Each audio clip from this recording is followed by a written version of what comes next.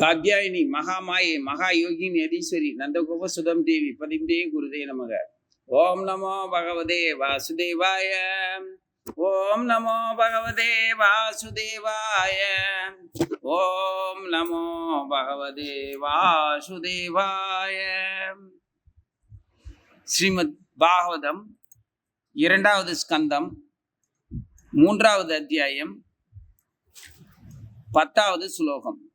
அகாம எல்லா ஜட ஆசைகளையும் கடந்து விட்டவன், சர்வகாம ஜட ஆசைகளை உடையவன், வா இரண்டில் ஏதேனும் ஒன்று, மோக்ஷ காமக முக்திக்கு ஆசைப்படுபவன், உதாரதி தெளிவான புத்தியுடன், தீவிரேன பெரும் சக்தியுடன், பக்தி யோகேன பகவானிடம் பக்தி தொண்டாற்றுவதன் மூலம், யஜதே வழிபட வேண்டும், புருஷன் பகவான் பரம பூரணமானவர். தெளிந்த புத்தியுள்ள ஒருவன் பௌதிக ஆசைகள் நிரம்பியவனாகவோ பௌதிக ஆசைகளே இல்லாதவனாகவோ அல்லது முக்தியை விரும்புகின்றவனாகவோ இருந்தாலும் அவன் எல்லா வழிகளிலும் எந்நிலையிலும் பரம பூரணராகிய முழுமுதற் கடவுளையே வழிபட வேண்டும். இது இதனுடைய பொருள். பக்திவேதாந்த சுவாமியுடைய பொருளுரை. பகவான் ஸ்ரீ கிருஷ்ணர் பகவத்கீதையில் புருஷோத்தமர் அல்லது பரமபுருஷர் என்று வர்ணிக்கப்பட்டுள்ளார். பகவானின் உடலில் இருந்து வெளிப்படும் கதிர்களான பிரம்மஜோதியில் அருவவாதிகளை கலக்கச் செய்து அவர்களுக்கு முக்தி அளிக்கக்கூடியவரும் அவரே ஆவார். ஒளி வீசும் சூரியனின் கதிர்கள் சூரிய மண்டலத்தில் இருந்து சுதந்திரமானவை அல்ல என்பது போலவே பிரம்மஜோதியும் பகவானில் இருந்து வேறானது அல்ல. எனவே இங்கு ஸ்ரீமத் பாகவதத்தில் சிபாரிசு செய்யப்பட்டிருப்பது போல் பரமமான அருவ பிரம்மஜோதியில் இரண்டர கலக்க ஆசைப்படுபவனும் கூட பக்தி யோகத்தின் மூலமாக பகவானையே வழிபட வேண்டும். எல்லா பூரணத்துவங்களையும் அளிக்கும் மார்க்கம் பக்தி யோகமே என்று இங்கு அழுத்தி சொல்லப்படுகிறது. முந்தைய அத்தியாயங்களில் கர்ம மற்றும் ஞான யோகங்களின் முடிவான இலட்சியம் பக்தி யோகமே என்று கூறப்பட்டுள்ளது. மேலும் வெவ்வேறு தேவர்களுடைய பல வகையான வழிபாடுகளின் முடிவான நோக்கமும் பக்தி யோகமே என்று அழுத்தம் திருத்தமாக அறிவிக்கப்படுகின்றது. தன்னுணர்வுக்குரிய மிக உயர்ந்த மார்க்கமாக இருப்பதால் பக்தி யோகம் இங்கு சிபாரிசு செய்யப்பட்டுள்ளது.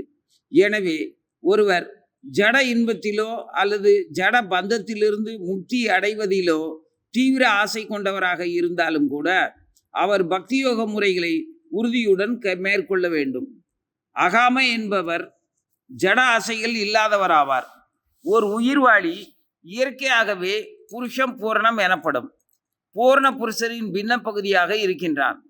எனவே உடலின் அங்க உறுப்புகள் அல்லது உடலின் பின்ன பகுதியில் இயற்கையாகவே முழு உடலுக்கு சேவை செய்வதற்காகவே இருப்பதைப் போலவே பரம ஜீவனுக்கு தொண்டாற்றுவதை தனது இயற்கையான தொழிலாக ஒரு ஜீவராசி கொண்டுள்ளான்.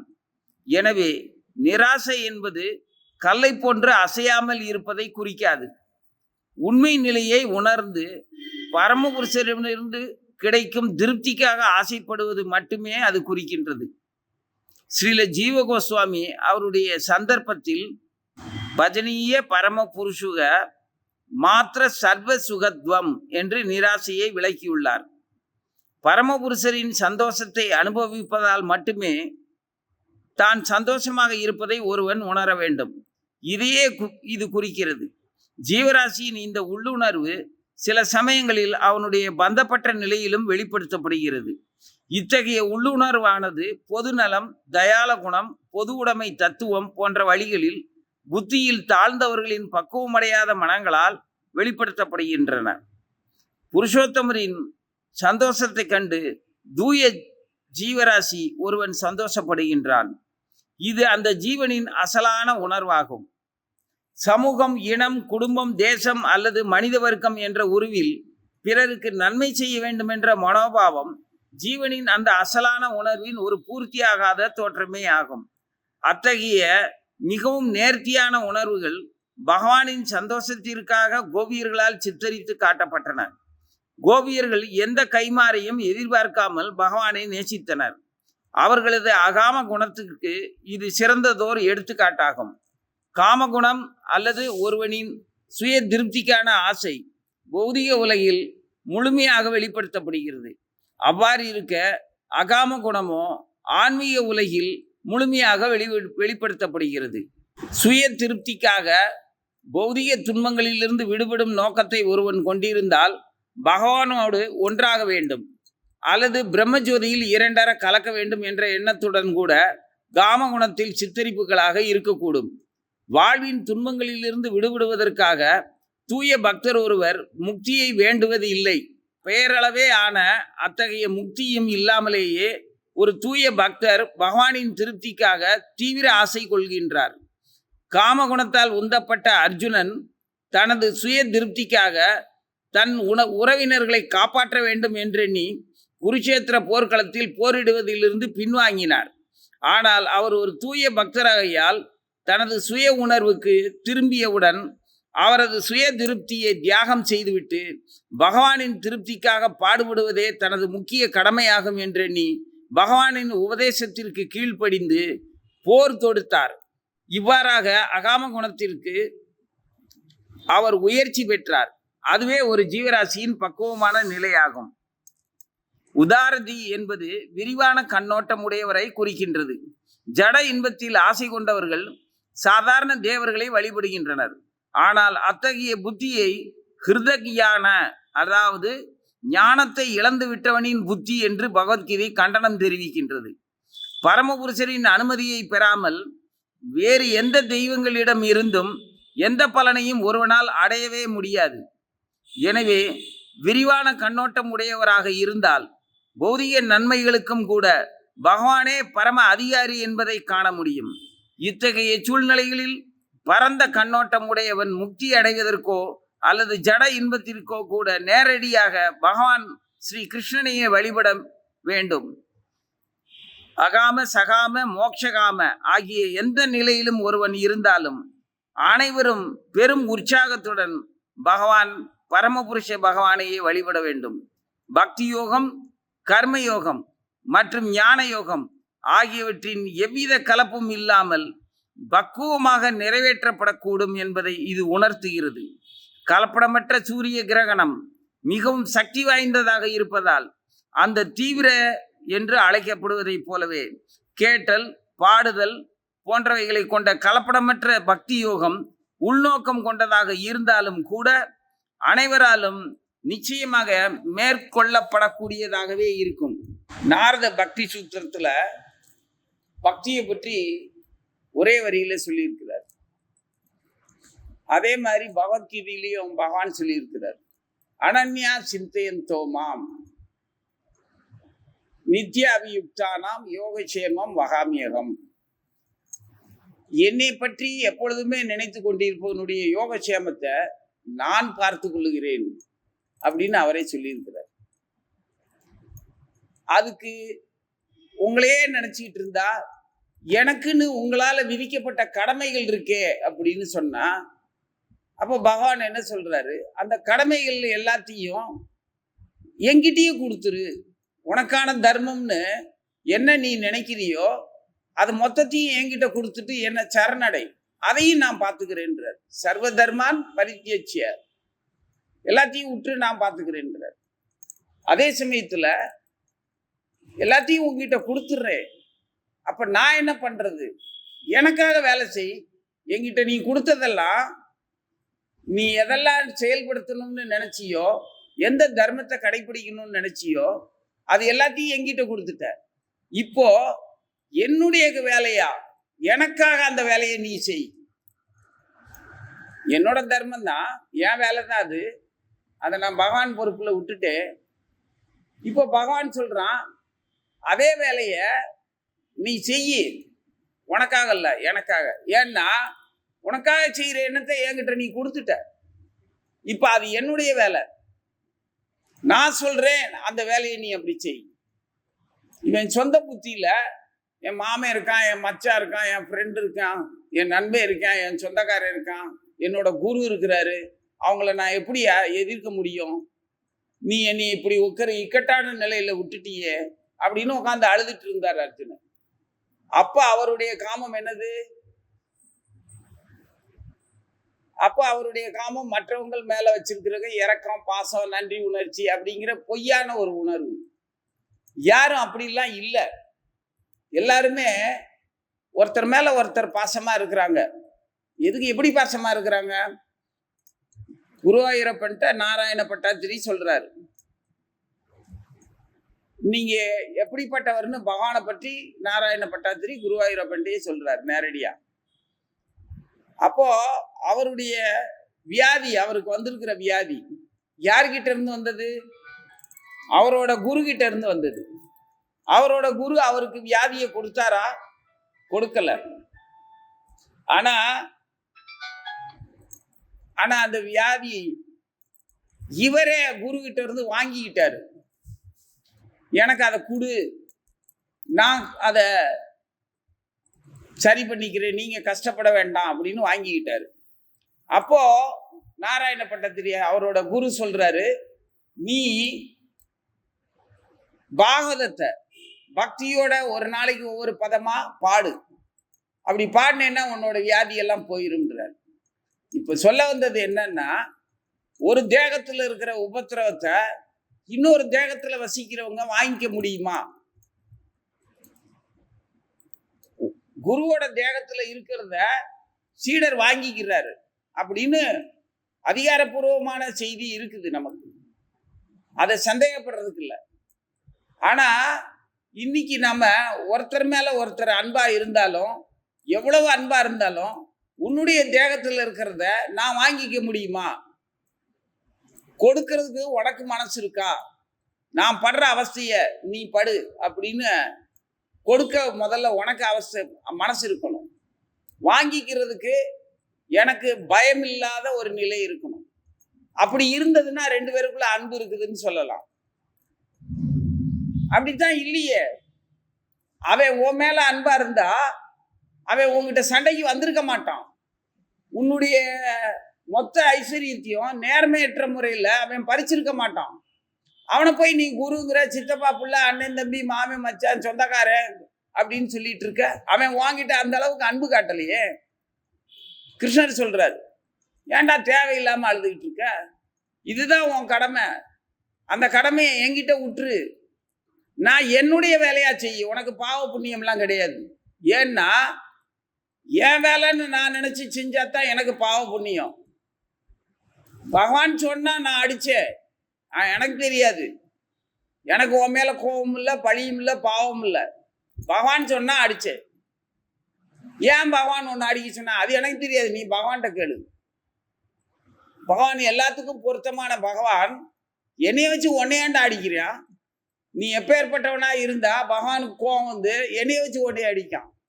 நான் ஒன்றும் பகவான் அளவுக்கு சக்தி உள்ளவனும் கிடையாது, ஒன்னளவுக்கு சக்தி உள்ளவனும் கிடையாது.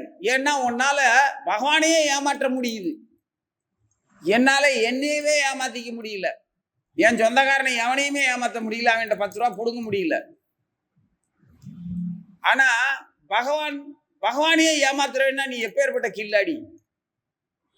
அப்பேற்பட்ட கில்லாடிய ஒரு திறமையும் இல்லாத என்னைய வச்சு அடிக்கிறேன்னா பகவான் எப்பேற்பட்ட கில்லாடி? உனக்கும் மேலாமே. ஒரு சக்தியும் இல்லாத என்னைய பகவான் அவனுடைய பிரதிநிதி ஆக்கி உன்னைய காலி பண்ண சொல்றான். நீ பகவானே எதிர்க்கிற பெரிய கில்லாடி தான், ஆனா என்னைய வச்சு காலி பண்ண வைக்கிறான். நான் சாதாரண ஆளு. எப்படி இருக்குது? அப்போ உண்மையில யாரு பெரிய ஆளு? புத்தியோட பக்தி உள்ளவன் பெரிய ஆளு. அவனுக்கு வேற எந்த சக்தியும் தேவையில்லை. விரதம் தேவையில்லை, வரம் தேவையில்லை. 10,000 வருஷம் தவம் இருந்தான் இரண்யகசிபு. என்னத்தை கண்டான்? நிமிஷத்துல தக்காளி பழத்தை ஜூஸ் பண்ற மாதிரி மொத்த பேரையும் பிசைஞ்சு தூக்கி தூர எறிஞ்சிட்டாரு. அவன் எவ்வளவு தந்திரமா வரம் கேட்டிருந்தான். அவனை மாதிரி வர எவனுமே கேட்டதில்லை. அசுரர்கள் எத்தனையோ பேர் பார்த்துருப்பீங்க. இரவுலையோ பகல்லையோ, ஆயுதங்களாலேயோ, மிருகங்களாலேயோ, மனிதர்களாலேயோ, வீட்டுக்குள்ளேயோ வீட்டுக்கு வெளியேயோ, ஆகாசத்திலேயோ எங்கேயுமே எனக்கு மரணம் வரக்கூடாதுன்னு தந்திரமா வரம் கேட்டிருக்கான். மனிதர்களாலேயோ இது மாதிரி வரக்கூடாதுன்னு. என்னடா இப்படி ஒரு விசித்திரமான வரத்தை கேட்குற, இந்த வரத்தை கேட்கறதுனால உனக்கு என்னடா பிரயோஜனம்? நீ நல்லா இருக்க மாட்டியே இந்த வரத்தை வச்சு. என்கிட்ட வரம் வாங்கினேன்னா அந்த வரத்தை வச்சு நீ சௌக்கியமா இருந்த அப்படின்னா பரவாயில்ல. இது என்ன ஒரு அபத்தமான வரம், குதர்க்கமான வரம் அப்படின்னு சொல்லி பிரம்மாவே திகைக்கிறாரு. நீ எனக்கு அதை கொடுத்தே ஆகணுங்கிறாங்க. வேற வழி இல்லை. இவன் 20,000 வருஷம் தவம் இருந்திருக்கான், வந்தாச்சு, அவன் கேட்கறத கொடுத்துட்டு தான் ஆகணும், அது என் தலையெழுத்து அப்படின்னு பிரம்மா வச்சுக்க, நீ போய் தொலை அப்படின்னு கொடுத்துட்டாரு. இவன் வாங்கிட்டே எனக்கு எந்த வழியிலுமே எனக்கு சாவே கிடையாதுன்னு நினைச்சிட்டான். ஆனா எல்லாத்துக்கும் பொருத்தமா பிரம்மாவுக்கு கொடுத்த வரத்தை பொய்யாக்கணும்னா பகவானுக்கு எவ்வளவு நேரமாகாது. அவன் என்ன வரம் கொடுக்கறது, இவன் என்ன வரம் கேட்கறது, ரெண்டு பேர்களுமே இப்படி சாத்து அப்படின்னு மாத்தணும்னா அவர் மாற்றி தூக்கி தூர எறிஞ்சிருப்பாரு. ஆனா பிரம்மாவை அவர் மதிக்கிறார். அவர் தன்னுடைய பிரதிநிதி, படைப்பு கடவுள், தன்னுடைய படைப்பின் ஆற்றல், நமக்காக வேலை செய்யறவன், பிரபஞ்சம் முழுவதுமே அவன் இருக்கான். அவன் வரங்க தவம் இருந்தான், வரம் கொடுக்க வேண்டியது அவன் கடமை, அதுக்காக அவன் கேட்கிற வரத்தை கொடுத்துட்டு அவன் என்ன செய்வான் அப்படின்னு சொல்லிட்டு பகவான் பிரம்மாவுடைய வரத்தை அனுசரிச்சு அவர் சொன்னபடியே வீட்டுக்கு உள்ளேயும் இல்லாம வெளியும் இல்லாம பகல்லையும் இல்லாம ராத்திரியும் இல்லாம அந்தி பொழுதுல வாசல்ல விசித்திரமான ரூபத்துல போட்டு பூமியிலையும் இல்லாம ஆகாயத்திலையும் இல்லாம மடியில போட்டு கிழிச்சிட்டாரு. இந்த பாக்கியம் அவனுக்கு அந்த வரத்தினால கிடைச்ச ஒரே ஒரு பாக்கியம் என்னது, பகவான் மடியில அவன் கிழிக்கப்பட்டான், அவனுடைய அசுர உடல் கிழிக்கப்பட்டது. அதாவது பகவானே வந்து அடிக்கிறார். இவனுங்கெல்லாம் பகவானே வந்து அடிக்கிற அளவுக்கு பெரிய ஆள்லாம் கிடையாது. போர்க்களத்துல பகவான் யாரையுமே அடிக்கவே இல்லை. அவர் வெறும் சாட்டை கம்பை பிடிச்சிக்கிட்டு குதிரையை பிடிச்சிக்கிட்டு உட்காந்துக்கிட்டு, இந்த அவன் வாரான் அவனை காலி பண்ணு, இந்த இவன் வாரா இவனை போடு, இந்த ஒரு யானை ஓடி வருது அதை அடி, ஒவ்வொன்னா சொல்லி கொடுத்துக்கிட்டே இருந்தார். அவர் யாரையுமே கொல்லவே இல்லை.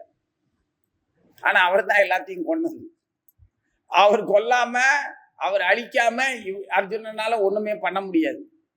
ஆனா அவனை மாவீரனை ஆக்குறதுக்காக தன்னுடைய பக்தனை, எனக்கு நீ பிரியமான நண்பன், ஆகையால் உனக்கு நான் இந்த வாய்ப்பு தர்றேன், நீ எல்லாத்தையும் என்கிட்ட கொடுத்துட்ட, என்னையே சரணடைஞ்சிருக்க, இப்ப எனக்காக வேலை செய். அப்ப முதல்ல வேலை செஞ்சது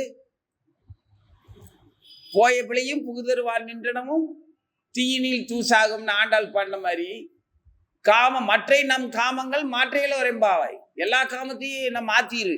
அந்த காமம் எல்லாம் ஆசைகள் எல்லாமே எப்படிப்பட்டதா இருக்கணும், காமம்னா ஆசைன்னு அர்த்தம், இங்கே தப்பா புரிஞ்சிக்க கூடாது. வெறுமனே பாலுறவு இனக்கவர்ச்சி காமம் கிடையாது. பௌதிக ஆசைகள் எல்லாமே காமம்தான். அதான் ஆண்டாள் பண்ணது, மற்றை நம் காமங்கள் மாற்றையிலோர் எம்பாவாய். நான் இந்த பாவை நோன்பு இருக்கிறது, என்னுடைய ஆசைகள் அத்தனையுமே பகவான் மேல வைக்கிற ஆசையா ஆகட்டும், என் மேல வைக்கிற ஆசையா வேண்டாம். ஏன்னா அன்புங்கிறது உண்மையிலேயே அன்பு இருந்ததுன்னா ஒரு தேகத்தில் இருக்கக்கூடிய உபத்திரவத்தை இன்னொரு தேகம் வாங்கிக்க முடிஞ்ச, நாராயண பட்டாத்திரி மாதிரி வாங்கிக்க முடிஞ்சாதான் அதுக்கு பேர் அன்பு. வாங்க முடியாது.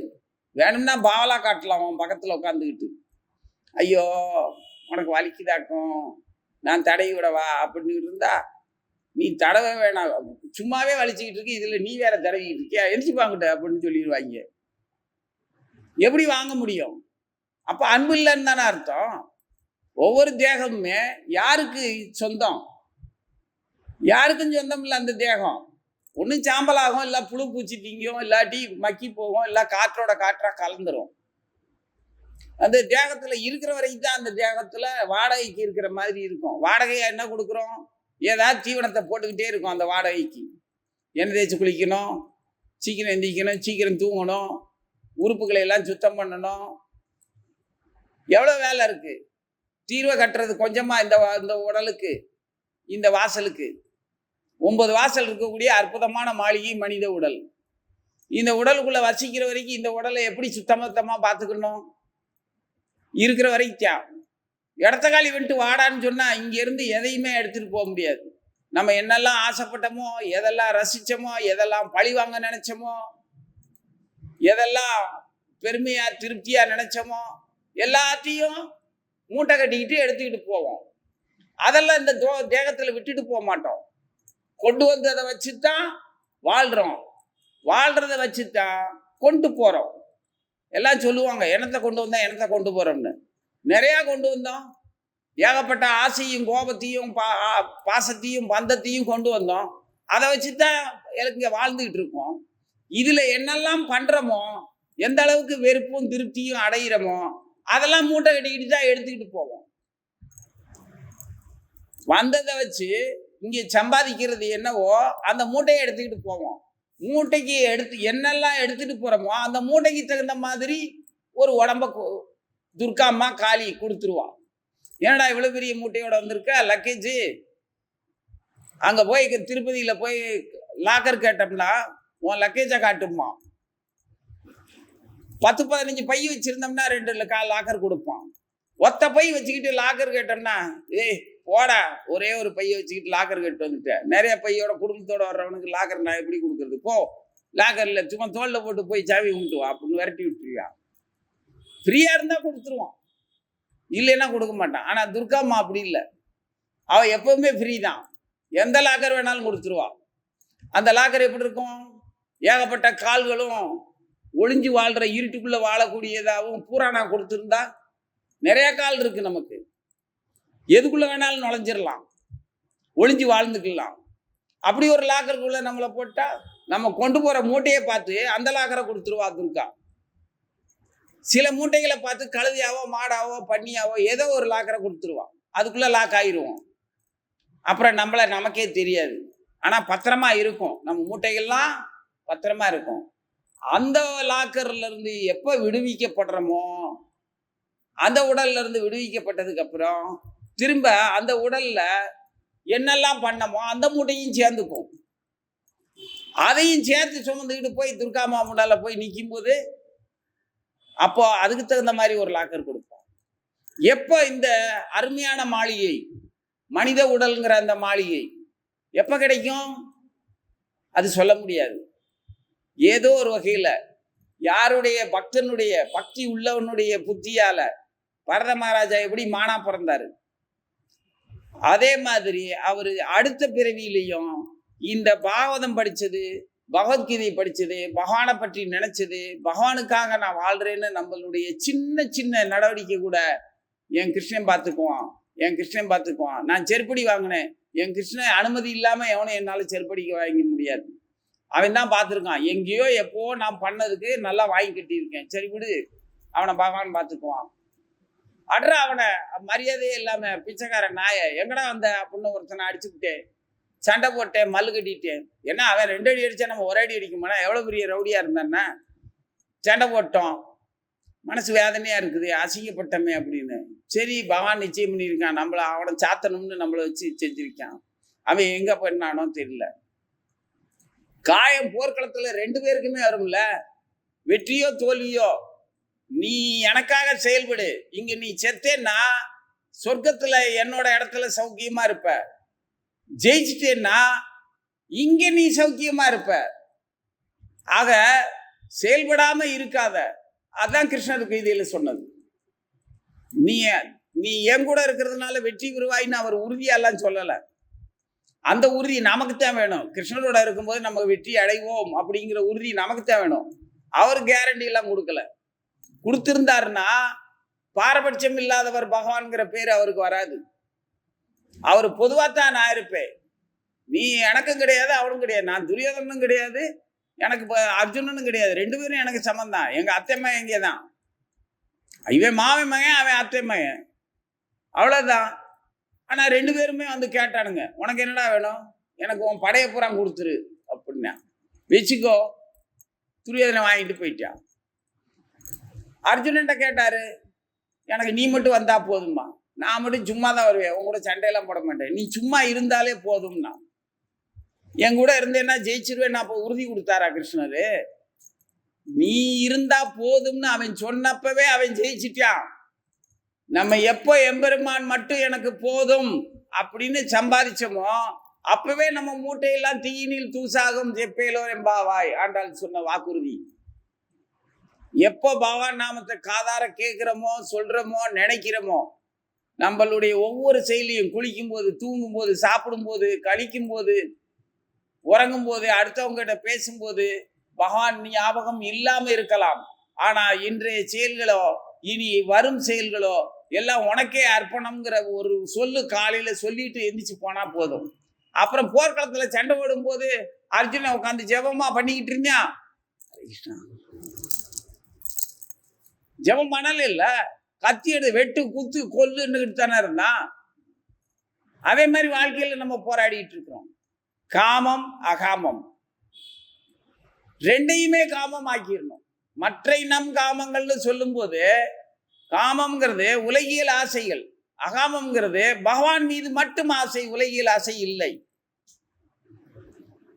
இந்த ரெண்டையுமே பகவான் மேல மட்டும் வச்சிருக்கிற காமத்தையும் மாத்திரு. என் உலகியல் ஆசையில் வாழணும் நினைக்கிற ஆசையும் மாத்திரு. எல்லாமே சேர்ந்து உனக்காக மட்டுமே நான் வாழ்றதா இருக்கணும். அதுல நீ எனக்கு முக்தியை கொடுத்தாலும் சரி, அதாவது தவத்தினாலேயோ வேற எந்த வரத்தினாலேயோ எனக்கு முக்திங்கிற ஒரு விஷயம் கூட எனக்கு தேவையில்லைங்கிறது தான் அகாமம். எனக்கு நீ மட்டும் போதும், உனக்காக நான் வாழ்றது மட்டும் போதும். எனக்காக நீ பக்கத்திலே இருக்கணும்னு கூட அவசியம் இல்லை. நீ என் முன் எனக்கு காட்சி தரணும் அப்படிங்கிறதுக்காக கூட நான் உன்னை வணங்கலை. நீ எனக்கு நிபந்தனை இல்லாத எஜமானன். எந்த ஒரு நிபந்தனை, நீ இப்படி இருந்தாதான் எனக்கு எஜமானன்னு நான் எந்த நிபந்தனையும் வச்சுக்கல. நிபந்தனையற்ற என்னுடைய எஜமானன். நீ என்ன ஆதரிக்கலாம், ஆதரிக்காம போகலாம், என்ன வேணாலும் பண்ணலாம். உனக்கு பூரண சுதந்திரம், பூரண உரிமை உண்டு. நான் உன்னுடையவன். அதான் சைதன்ய மகாபிரபு சொன்னது. பக்தி பண்றதோட லட்சணம் அதுதான். அப்படியே ஒரே வகையில பகவானுடைய திருவடியே சரணம் அப்படின்னு வாழ்ந்துட்டு இருக்கும்போது காமமாவது அகாமமாவது முக்தியாவது எதுவுமே இல்லை.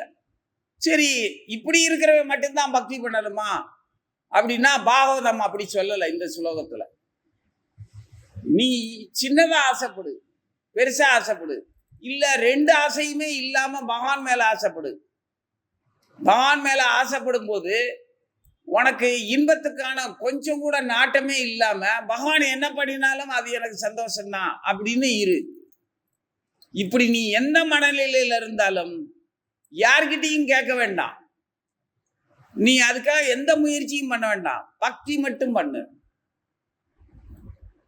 இல்ல நான் ஒரு சின்ன விஷயத்துக்காக தான் வந்தேன், இதுக்கு போய் எதுக்கு சூப்பர் மார்க்கெட்டுக்கு போகணும், ஒரு பென்சிலும் அழியில பொருட்க வாங்குறதுக்காக வந்தேன், இதுக்கு இவ்வளோ பெரிய ஷாப்பிங் காம்ப்ளெக்ஸ்குள்ள நான் அலைஞ்சு தெரியணுமா அப்படின்னா தாராளமா வா.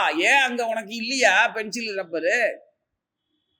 இருக்கும்ல, உனக்கு வேணுங்கிறத எடுத்துட்டு போ. அதுக்காக அங்க இருக்கிறது எல்லாத்தையும் வாங்கணுங்கிற எதுக்கு உனக்கு தவிப்பு? இவ்வளோ பெரிய கடையில இத்துணுண்டு வாங்குறேன்னு கடைக்காரன் எதுவும் சொன்னான் உன்னைய? அவன் தான் தாராளமா நீ ஒரு சின்ன விஷயம் வாங்குறதா இருந்தாலும், ஒரு ஒரு சாதாரண ஒரு பின்னு வாங்குறதா, ஒரு ஊசி வாங்குறதா இருந்தா கூட இங்க வாங்கிட்டு போன்னு தானே அவன் கூப்பிடுறான். ஏன் எதுக்காக அப்படி சொல்றாங்க? அவனுக்கு தெரியும், அந்த கடைக்காரனுக்கு, அந்த முதலாளிக்கு சின்ன ஊசியா இருந்தாலும் இன்னைக்கு ஊசி வாங்க வருவான், நாளைக்கு இங்க பார்த்த பொருள்கள் எல்லாத்து மேலேயும் வாங்குறதுக்குற எண்ணம் வரும்.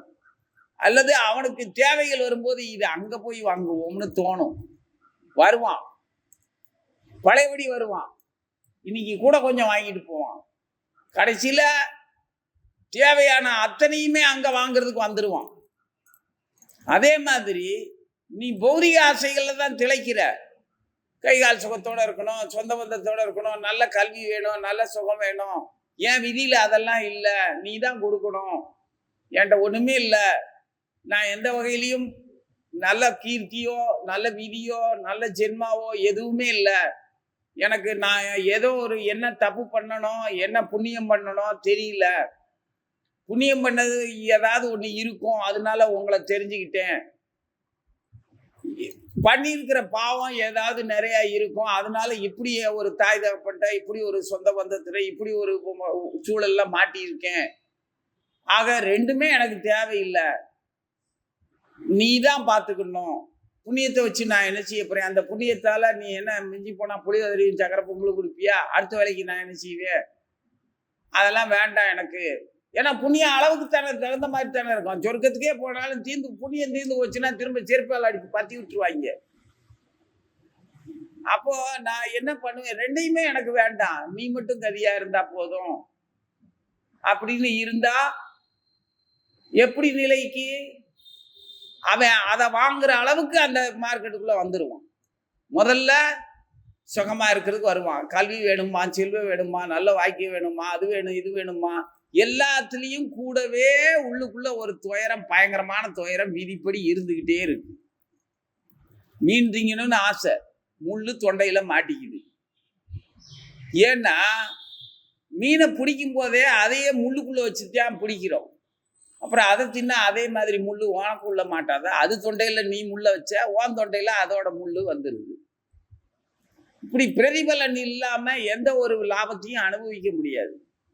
ஆனா பகவானுக்காக இருந்தா எல்லா துயரமும் உனக்கு துயரம் மாதிரி வந்து மனதளவுல உன்னைய படுத்திட்டு போயிடும். நிஜத்துக்கும் அதை நீ அனுபவிக்க வேண்டியது இல்லை. அதே மாதிரி புண்ணியம் வந்துச்சுன்னா, இந்த புண்ணியம் உங்ககிட்ட காசே இல்லைன்னாலும் அவனுக்கு என்னப்பா கொடுத்து வச்சவன் அப்படிங்கிற மாதிரி ஒரு பெரும் செல்வந்தன் கூட துயரத்துல இருப்பான். ஒண்ணுமே இல்லாத நாம சுகபோகமா சௌக்கியமா இருந்துருவோம். ரெண்டுமே சும்மா நாடகம்தான். நிஜமாவே இருக்கிறதா இருந்தாலும் கூட அதுவும் இரவல் தான். மாளிகையா இருக்கட்டும், பதவியா இருக்கட்டும், அந்தஸ்தா இருக்கட்டும், பறிக்கப்படுது எப்ப வேணாலும். அப்ப அதுவும் இரவல் தானே. பொய்யுக்குள்ள அது ஒரு பொய், அது நிஜமான பொய், இது டூப்ளிகேட் பொய்யான பொய். பொய்யில நிஜமான பொய், பொய்யான பொய் ரெண்டுமே எனக்கு எதுக்கு? நீ மட்டும்தான் நிஜம். ராம் நாம் சத்தியக. நீ மட்டும்தான் நிஜம், நான் மட்டும்தான் நிஜம். நான் உனக்கு நிஜம், நீ எனக்கு நிஜம். போதும். இங்க தேகத்துல என்ன நடக்கணும் நடக்கட்டும், எது வேணாலும் நடக்கிறது எல்லாத்தையும் நான் மனப்பூர்வமா ஏத்துக்கிறேன், சந்தோஷமா இருந்துக்கிறேன். ரிஷிகேஷா கோவிந்தா, இந்த உடல்ல நான் அனுபவிக்கிறதெல்லாம் என் கோவிந்தன் எனக்கு அனுமதிச்சது. அவன் சந்தோஷமா இருக்கான், நான் சந்தோஷமா இருக்கேன். அவன் சந்தோஷத்தை நான் எடுக்க மாட்டேன். அவன் என்னை நல்லா உற்சாகமா வச்சிருக்கணுங்கிறதுக்காக அவன் சொல்றான், ஒரு வாய்ப்பை கொடுக்குறான். அந்த உற்சாகத்தை எனக்கு கை வலிக்குது, கால் வலிக்குது, தூக்கம் வருது, எனக்கு அது சரியில்லை இது சரியில்லைன்னு புத்துணர்ச்சி ஆகிறதுக்காக அவன் கொடுத்ததெல்லாம் என்ன பலகீனப்படுத்துதுன்னு அழுதம்னா என்ன அர்த்தம்? வீரமா தாட்டியமா தைரியமா இருக்கிறதுக்காக அவன் கொடுத்ததெல்லாம் எனக்கு சுமையா இருக்குதுன்னா என்ன அர்த்தம்? அப்ப சுமையானதெல்லாம் சுகமா இருக்கிறதா நினைச்சிருக்கிற அவனை விட மொத்தமான கேனைய நம்ம தானே. சுமையானதெல்லாம் சுகமா வச்சு நினைச்சுக்கிட்டு இருக்கான். அதே சோழியாவே திரியான். பகவானையும் தெரியல, அவனையும் தெரியல. அதே சோழியாவே சுகமா இருக்கிறதா நம்பிக்கிட்டு இருக்கான். அவனை மாதிரி தான் நானும் வாழுவேன்னு சொன்னா அப்ப பகவான்கிட்ட வந்து என்ன பிரயோஜனம்? பகவான்கிட்ட வந்தேன்னா அவனை விடு, உன்னையும் விட்டுரு. பகவான் சந்தோஷப்படுத்துறனா சந்தோஷமா இரு. விதியாவது கர்மாவாது எல்லாத்தையும் தூக்கி தூரேறி. சரீரத்துல என்ன நடக்குதோ அது சரீரத்துக்கு பகவான் உள்ள இருக்கிற பரமபுருஷ பகவான் அனுமதி இல்லாம அந்த சரீரம் எப்படி இயங்கும்? அந்த சரீரத்துக்கான இயக்கமே அவன் தானே. அதை பகவான் எப்படி இயக்குறானோ அது மாதிரி இருந்துட்டு ஆனந்தமா இருந்துட்டு போய அந்த சரீரம் என்ன உன் கூடயா வரப்போகுது? விட்டுட்டு தானே போவ. எதுக்கு கொடுத்தானோ பகவான் அதை வச்சு வாழ்ந்துட்டு போக வேண்டியது தானே. அப்போ ஆசை இருக்கோ ஆசை இல்லையோ, இல்லை பகவான் மேல ஆசை இருக்கோ, இல்லை முக்தி மேல ஆசை இருக்கோ, எல்லாத்தையும் விட்டுட்டு போறவனா இருந்தாலும் சரி, எல்லாமே வேணும்னு நினைக்கிறவனாக இருந்தாலும் சரி, பகவானை மட்டுமே சரணடையணும். வேற யாரை பற்றியும் கவலைப்பட வேண்டியதில்லை, எந்த செயலுக்கும் வருத்தப்பட வேண்டியதில்லை. ஜெய் ஸ்ரீ கிருஷ்ண சைதன்ய பிரபு நித்யானந்த ஸ்ரீ அத்வைத கதாதர சிவாசாதி கௌர் பக்த விருந்தா. ஹரே கிருஷ்ணா கிருஷ்ண கிருஷ்ண ஹரே ஹரே, ஹரே ராம ராம ராம ஹரே ஹரே. நாம சொல்லிட்டு சந்தோஷமா இருந்துட்டு போவியா? ஓம் நமோ பகவதே வாசுதேவாய.